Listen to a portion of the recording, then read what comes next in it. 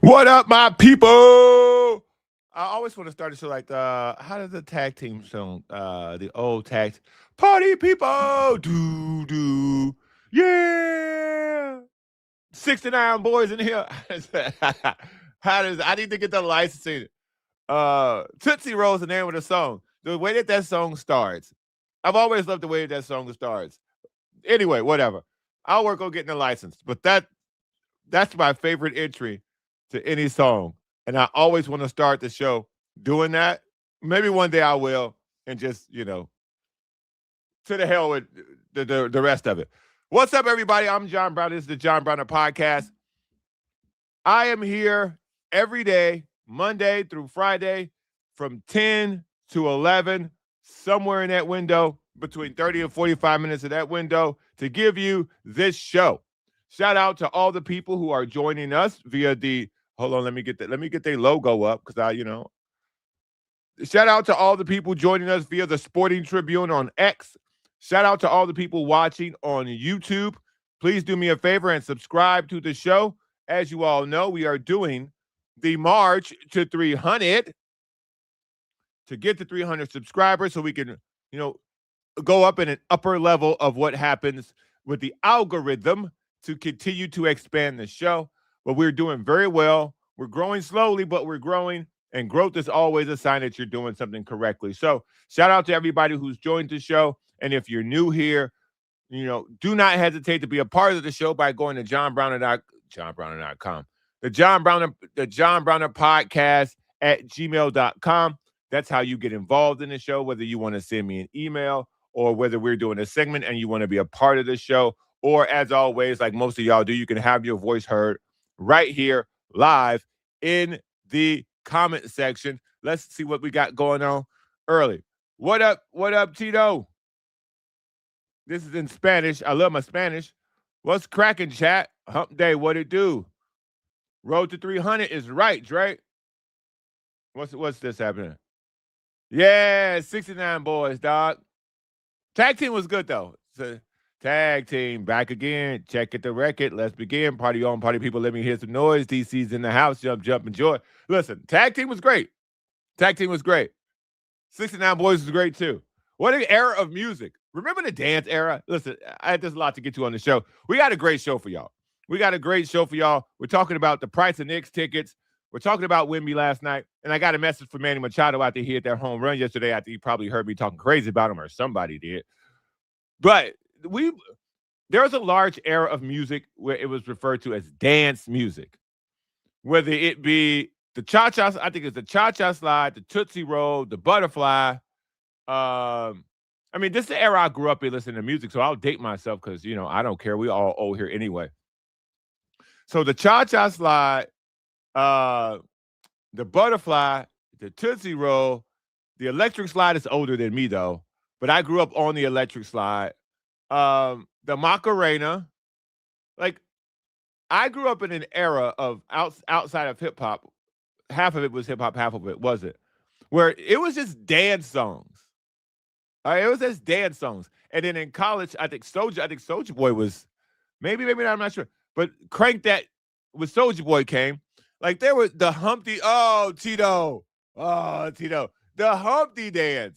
Dog, there's so many dances in the era in which I grew up listening to music that I try not to, complain about the kids' music today, or I call it the kids' music.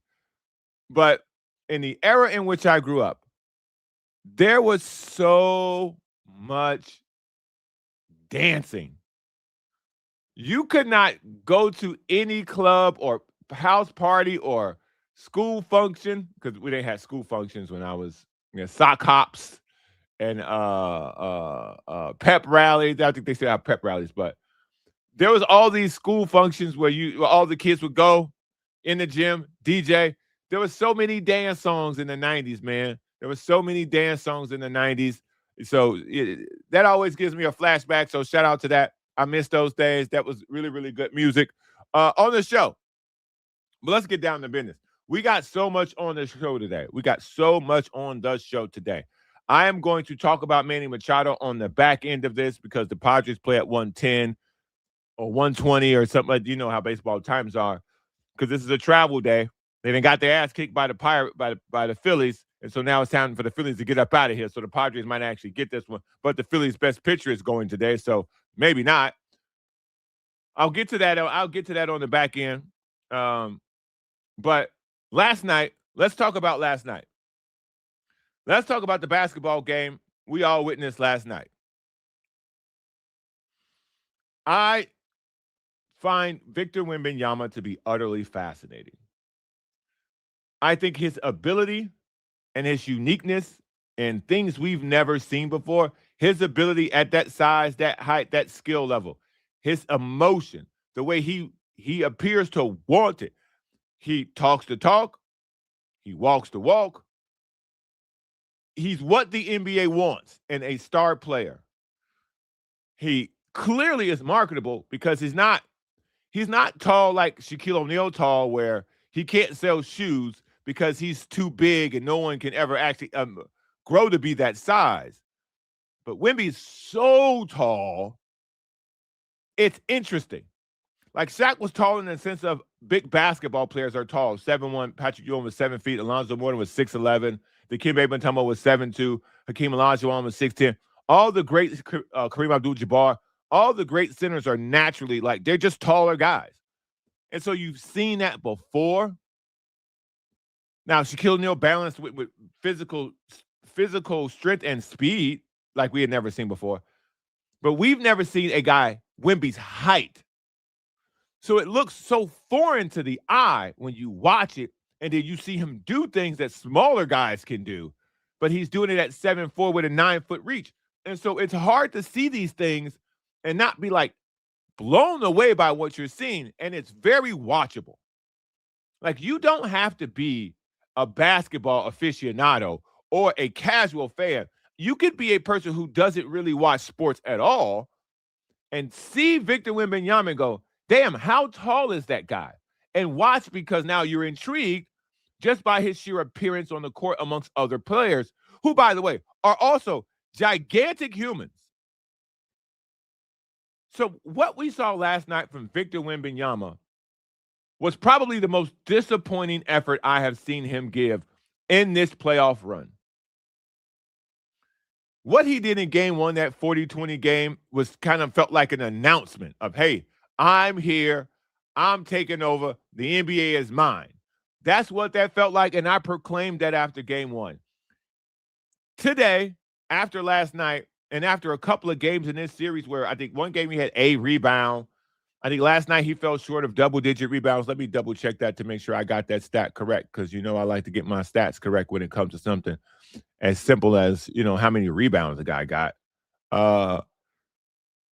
If I'm not mistaken, I think Victor Wembanyama did finish in single-digit rebounds. What we got? Let me see here. Yeah. Victor Wembanyama, 6 rebounds. That's just simply not going to cut it. 6 rebounds is not going to get it done. I think he was 4 for 16 as well. He shot a ton of I think he shot 12 free throws. He made all 12 of his free throws. And I don't know if I want to talk about the officiating. I mean, I probably will in a bit, but I don't want to dwell on it. Because I think last night you saw, probably for the first time, the Spurs have a problem. A coaching problem. And Victor Wembanyama has to take some credit for what happened out there, because he's the guy out there playing. But he spends too much time behind the three-point line. Yes, he can make threes, but every three Victor Wembanyama makes, I guarantee you the Oklahoma City Thunder, they're internally, they clap and they smile every time he shoots a three.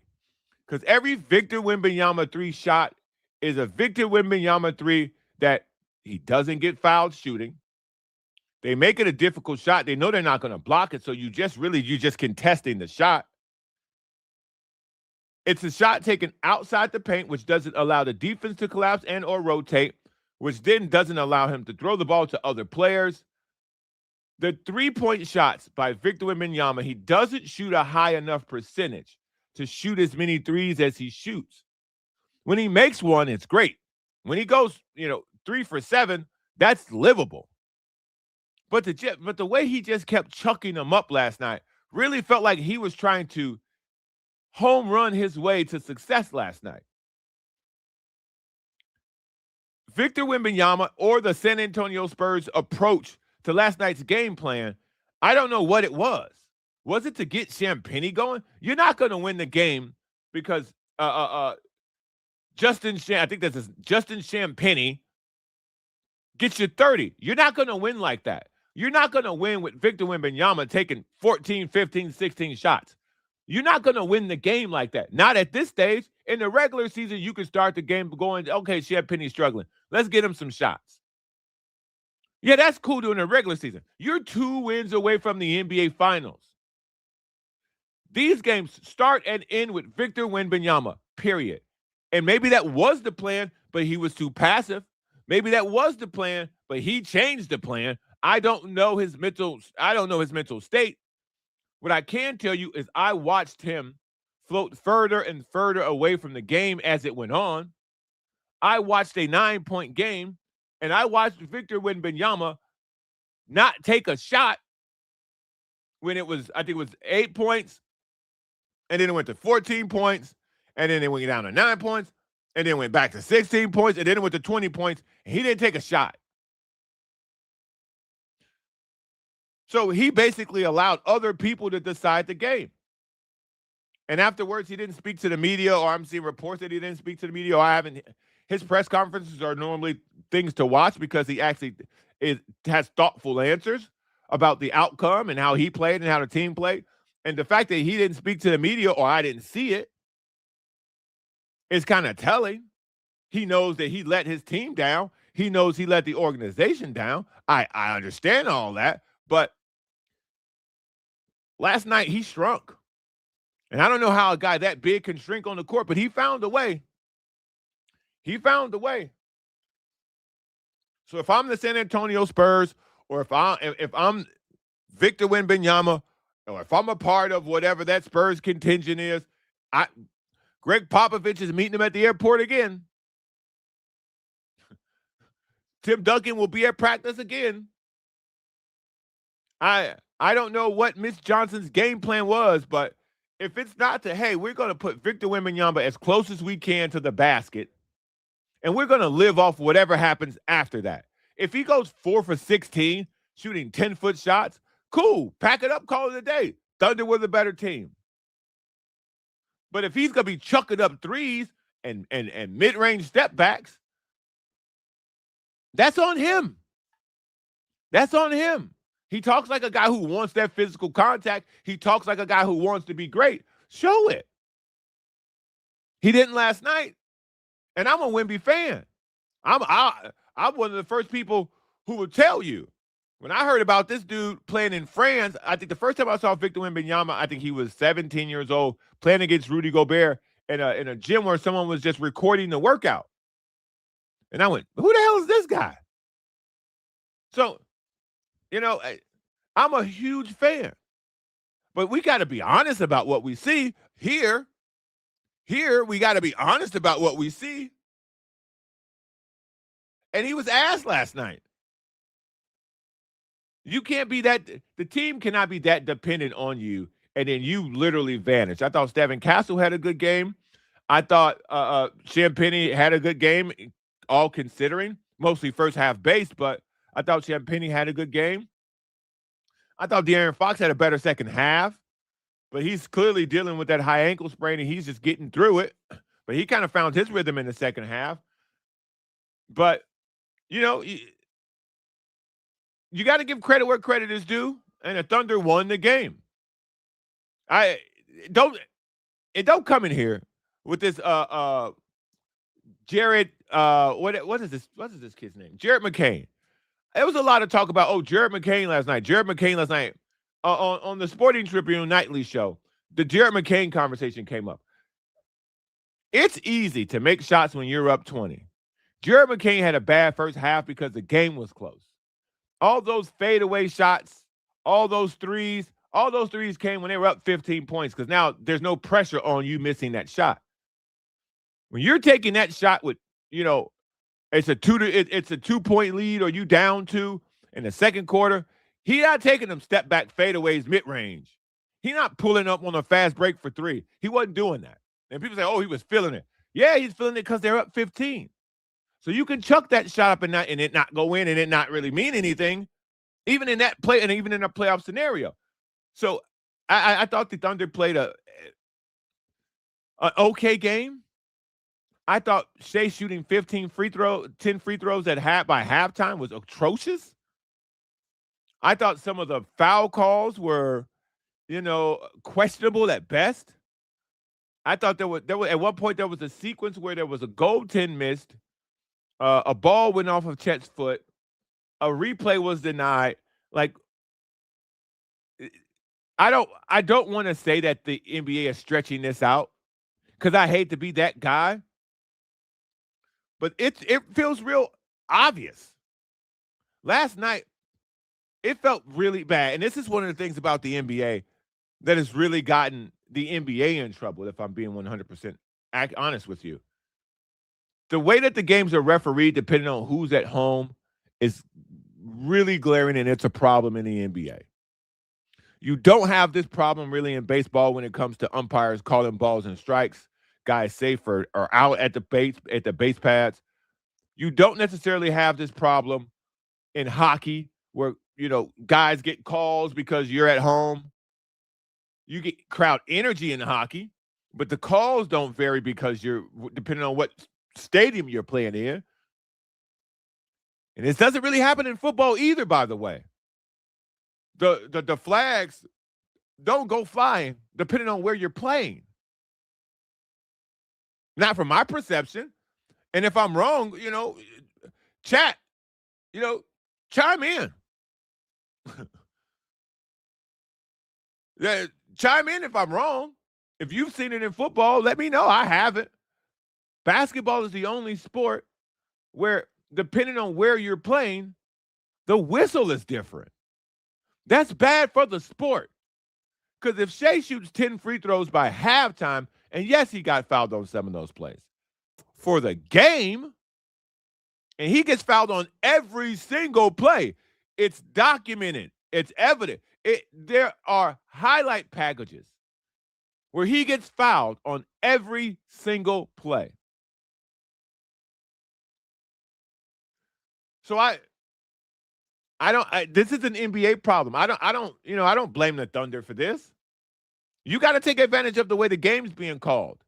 And if the referees are going to call every fall and every flop, then, it is what it is. If I were the Spurs, I start falling too, just to see what happens. Just to see what happens. Like, there was a point late in the game where Devin Vassell went to the basket, missed a layup, stood out of bounds, and then the fast break went the other way, and it was one of McCain's threes. Like, that's on the Spurs. That's on hustling. That's on running. But a large part of that game, a lot of it was marred by foul. I think in the second quarter, there were 20 free throws shot in a Western Conference Finals game. I don't want that. If you're going to call it even, or just let them play. Just let them play. Call the obvious fouls. But these Shea creating contact and diving into the guy, or I think it was Jalen Williams just falling down when Keldon Johnson touched him. So I want the best outcome. I want the best game possible. But I don't feel like we're getting that right now because the way that this particular game was officiated. I don't think it would have made a difference in the game, ironically, because the Thunder were the better team last night. But the free throws help because they own Shea like white on rice, dog. They own Shea like flies on shit. Stephon Castle is in that man's jersey, and he cannot find a rhythm naturally through the course of the game with jump shots. He's found his rhythm last night with free throws. I think Shea had 30 points last night. I think he had 30 points last night, and I'm almost positive he did not make double. I'm almost positive he did not make double-digit shots. Thank you, Alexander.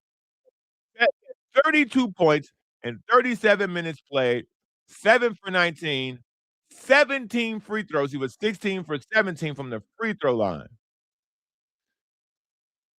7 made field goals, and he had 32 points.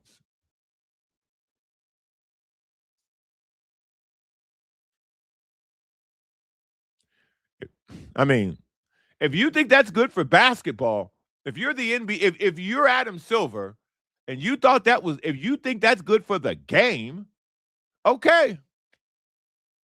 As a fan, I of both teams, by the way, I don't like the way the Thunder's style of play, but they've got great players. They've got a great system. They got a great coach.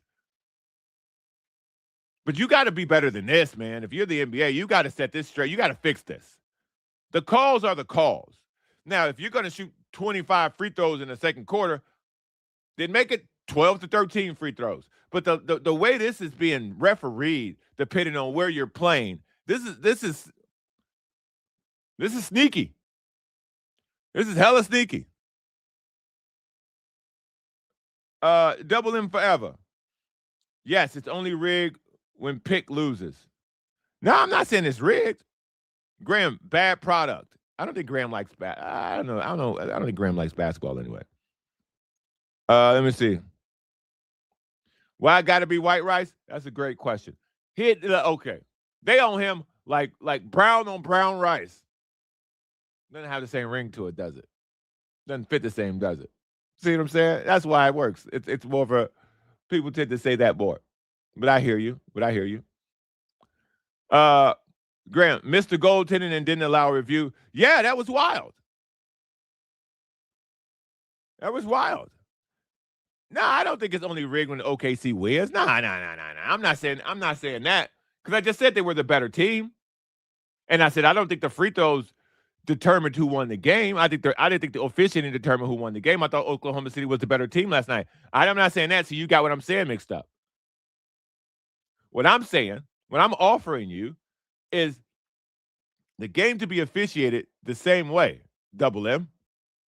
Do you honestly believe that Victor Wembanyama only deserves 12 foul shots?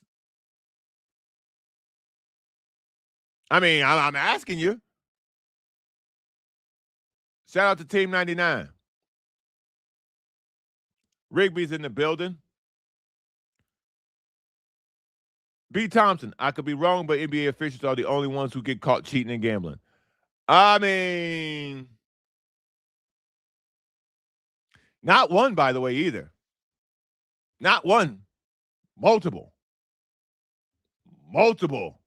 NBA officials have been busted gambling. So hopefully, we can get another. Because I think the Spurs are going to win in Game 6. Because again, the home court determines where the whistles go, which again is a massive problem for the NBA. But in totality, I honestly think that we're going to see a better effort from the San Antonio Spurs and their role players at home. I think you're going to see a different effort from Victor Wembanyama. And I'm not the person to ask about Game 7, but I think Game 7 is going to be a dud, and we'll talk about that when it comes up. I didn't create a graphic for this. Again, shout out to all the people at the Sporting Tribune on their X account, their YouTube account.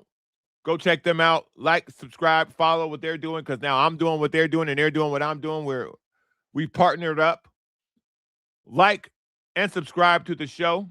We are on our March to 300. I've been educated to do this multiple times during the show, and I think it's starting to work because now the subscriptions are picking up. So if you're new to the show, I'm John Browner. This is the John Browner Podcast. If you are on the Sporting Tribune's X page or somehow you came about my page on socials, like the show, head over to YouTube, subscribe. If you are watching from your Twitter account, do us all a favor, retweet the show. You know what? Hold on. I think there is. I didn't let me hit this thing. Let me hit this thing one more time. Let me hit this thing one more time. Bow. Let me make sure more people get it. Okay, so as I was saying, let's make sure that, if you're new to the show, spread the word of the show. If you like the show, if you don't like the show, then, there's other shows. But I dig it. Like, subscribe. There's buttons here for that. Like and subscribe to the show. Like and subscribe to the show. There, like I said, there's buttons to it. So maybe I'll just leave these buttons up. I got to figure out a way place to put this, but maybe I'll just leave that up the whole time. So let me talk about this before I get to my thing about the Knicks tickets. Manny Machado hit a home run last night. If Manny Machado is going to bat 170, 180, 190, he needs to hit home runs like Kyle Schwarber. If Manny's not going to hit for average, I have no problem with Manny hitting 40 home runs and batting 210. Because now I know what I'm getting. This version of him, I know what I'm getting. But 170 with no power, I can't sit with that. If you're going to bet 170, start hitting it over the fence. I'm cool with that. I could live with that. I wouldn't. And I think everybody at home, I think everybody watching this, they understand as well. They understand 100%. If you're going to bet one anything, but if you're going to hit a home run every series or every other series, I'm on board with that. I think we can all get on board with that because that's a display of power that you can continue that. At some point, that display of power will come up big when you need it most. So to me, I'm on board with that because I got on Manny's ass yesterday. I talked a lot about Manny Machado on this show yesterday, and lo and behold, it worked. Because whenever I tend to shit on somebody in a Padre uniform, they respond. They come back with a home run or they come back with a game well played. There's evidence. If you've been following this show or if you've been following the other show, shout out to my brothers, shout out to Kaplan and crew, you already know what time it is. Whenever me and Alex would dog somebody, whenever we would call attention to someone's poor play, a home run would follow. And I have given Tatis because WVC says shit on Tatis. I have. And by the way, Tatis is playing better baseball since he's been at second base. That's all. Biggie's checking in. Biggie says, "Sup, JB, man, if they called the games fairly, my boy Steph would score 50 a game with 30 free throws because he's held, scratched, hand checked, banged up even more than he gets the ball." Correct. But over the season, Shea shoots more free throws than him. You're on the same page I'm on. Okay, look, I didn't have a topic for Manny Machado. I didn't have a topic for him. I just thought that if I'm gonna criticize Manny, and then he's gonna show up, then I will come on this show every day and criticize him if that means he gets a hit. If that means he stops striking out, which I don't think it will, because striking out is a part of baseball. But if we could get the version of Manny Machado where he starts hitting for power because he can no longer hit for average, then I'm on board with that. I think that was I saw a stat but I was in the middle of doing stuff for the show and I came across this stat that the Padres strikeout rate this year is like top 10. And the only thing that avoided them from being in a strikeout a top 10 in strikeout or missed pitches or whatever the case may be was Luis Ariz, who for whatever reason in the mathematical equation of Padres baseball, he wasn't good enough.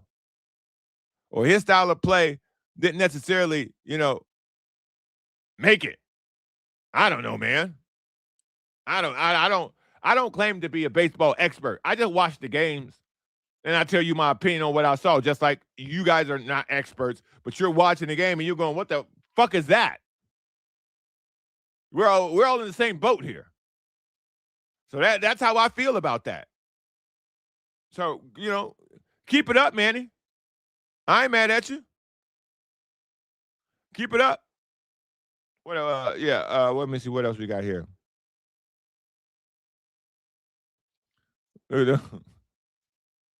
Again, at least you came in here with a fact.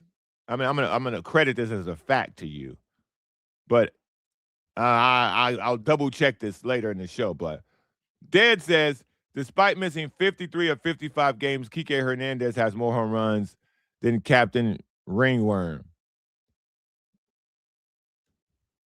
That's it. He has no home runs. But I would take Fernando Tatis Jr. over Kike Hernandez. You would too.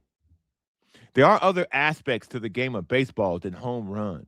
Yes, home runs are cool and they're useful contractually and win-wise. They're very useful. But if you don't get them, it's not the end of the world. Manny Machado, Fernando Tatis Jr. is having a successful season minus the power. Sorry, Dad. You know goddamn well you would rather have Fernando Tatis Jr. than Kike Hernandez.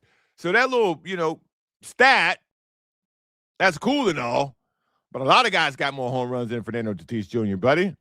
A lot of them. I don't know. Here's a question for y'all. So the Knicks are in the NBA Finals. Because they're not the number one seed, the winner of Spurs Thunder will be the first game.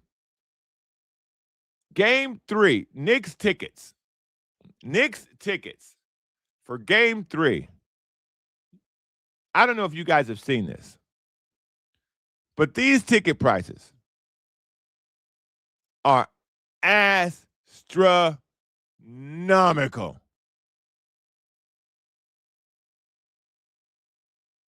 They're astronomical. Look at the, and if you guys want to get back to the Tatis conversation or the baseball conversation, we would. But look at this.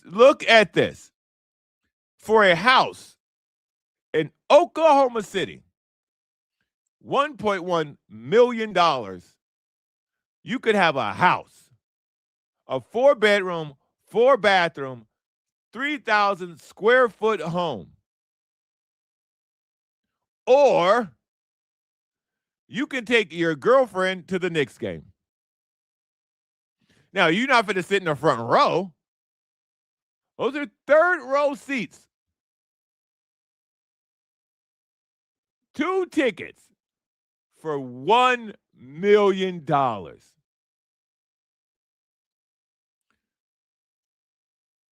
There's a lot of things. There's a lot of things that I would have a problem with in this particular scenario. But I gotta ask y'all, which one you doing? If you had the money to spend, because now I'm gonna create a poll. I'm gonna do a poll. New poll. Okay, that's probably spelled if, right? If you had the money to spend. So if you had the money to spend, Would you buy the house in OKC or Knicks tickets? Yes. No. Add a third because I love adding a third. We need we need to tax people more.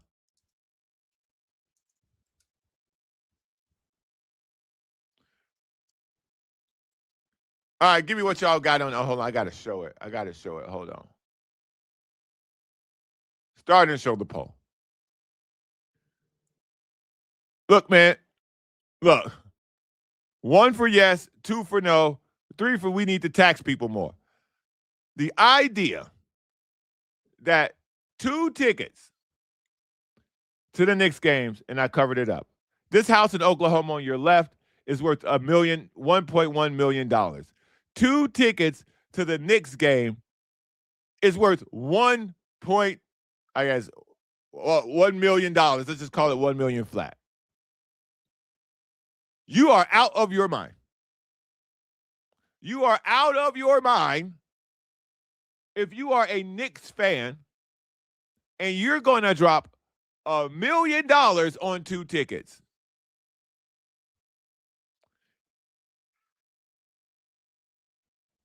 I can't do it. I can't do it. Looks like nobody else could do it either. Man. Let me know. Okay, so bro, you doing both if you got it? Nah, fam. So now you finna drop $2 million like that. You gotta have it. You gotta have it if that's what you're talking about doing. Let me see. But no one's trying to live in OKC. Facts, David P. B. Tom, buying a house but not living in OKC. Yeah. I'd watch this Biggie. I'd watch the game on a giant screen in that house. Damn right. Exactly. This is I get Knicks fans are rowdy, and I get Knicks fans are 1,000% out of their mind when it comes to the New York Knicks. And you're buying memories at this point. I get it. I'm on board. I understand. But if you got $1 million to blow on 2 basketball tickets, when they're going to let Timothy Chalamet sit 3 rows in front of you for free, we're going to let Spike Lee sit in front of you for a quarter of the cost. Wouldn't be me, bro. Wouldn't be me. That's wild. That's crazy to me. That's a lot of tickets. That's a lot of ticket money. That's a hell of a lot of ticket money. I can't do it. What do we got? Okay, let me see. Y'all still talk about this Tatis thing here in the comments? Let me see what we got here. Is there being nice? Some Padres are okay with a Rise 2.0. Tatis would cost 30 times more as the original OG. Hey man, look. Okay, let's dive back into this. It totally depends on how you view baseball and what's good. I think Tatis is a better baseball player than Arise. He's better on defense. He's better at around the bases. And if he can get on again, the power will come back. If the home run is what has you, upset with upset with Fernando Tatis Jr., okay. But when the power returns, because it will, then what? Steroid-free power. Now, I'm not talking about him hitting 50. He's not going to go Brady Anderson and then start hitting 50 home runs all of a sudden. But when he can get back to 20, 25 home runs a season, then what? Now the contract's worth more? But what if he stops hitting for average? What if his average sinks? What if his defense falls off?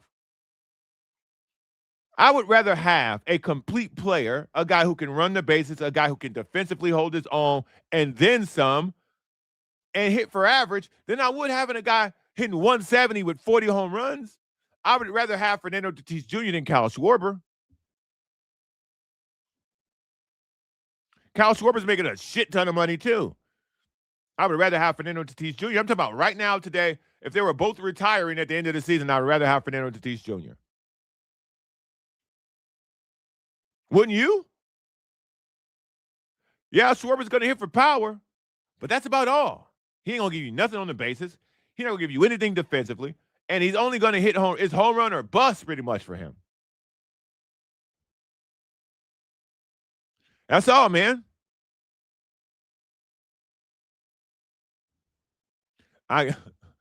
Graham, I understand what zero means. Okay, I get that they're 55 games into the season, and he still has 0 home runs, so he's on pace for 0 home runs. I totally understand that. But if he hits one in a couple of hours, then what's he on? Then he's on pace for 10. Or maybe 5 at the rate he's going. But actually, I think it would be 3 because if he hit a home run today, and then there's the,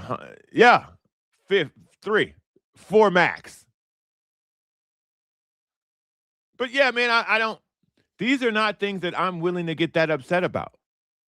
Now, if he was batting 170 with no power, yeah, now we got a problem because now his bat is in a chrome zone. But outside of the home runs, he's playing well. But people you guys take home runs really serious. I did not know home runs were this important to y'all. I really didn't. I did not know home runs was this important to y'all. Luis Ariz had a multiple great seasons with the San Diego Padres. He's having a great season with the San Francisco Giants. I told y'all, you got to reimagine how y'all absorb Fernando Tatis Jr. as a baseball player. It's not good. It's not bad. You just got to reimagine how you see him as a baseball player. Whether he hits home runs or not, he's not going to be the pre-steroid guy.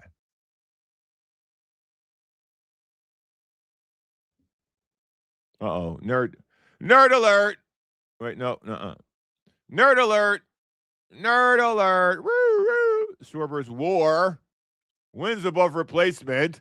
It's 1.7 and Tatis is 0.1. So is that important? Not to me, buddy. Not to me. Graham, you can nerd all you want, brother. We always need a nerd, okay? We always need a nerd in the chat, brother. You can nerd all you want with the WAR and the cool, man. Cool. I respect that. Nerd away, bro. WAR doesn't mean anything to me, man. It really doesn't. What was Barry Bonds' WAR? What was King Griffey's WAR? Like, what was Derek Jeter's WAR? What was Alex Rodriguez's WAR? Like what what's his name? What was Paul Molitor's WAR? What was Kirby Puckett's WAR? What was Joe Carter's WAR?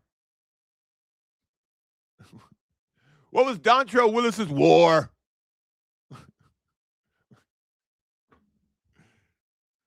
All right, man. You know, okay, if that's how you measure baseball, all right, you know. There are too many analytics involved in baseball, man. There's too many analytics involved in baseball for me, bro. So, you know, you can have the splits, hits, runs, RBIs, home runs, doubles, triples, stolen bases, you know, pitching outs. Like there's some stuff that I go, yeah, okay. I don't need you to add all that up into WAR. Let's condense all these stats into one big ass stat, WAR. So why don't they just put WAR on the screen? Don't tell me how many home runs somebody got. From now on, I don't want to see how many home runs, RBIs, batting. I don't want to see none of that shit. Just put the WAR on the screen. Just give me the WAR. Don't tell me he's 1 for 3 today. Just give me his WAR. I don't know, man. That's it. On base percentage matters. Yeah, I think on base percentage matters because OPS, it's how efficient you are with guys on base. I think I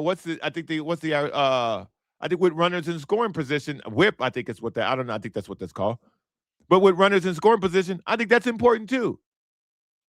But you know what you get with runners in scoring position?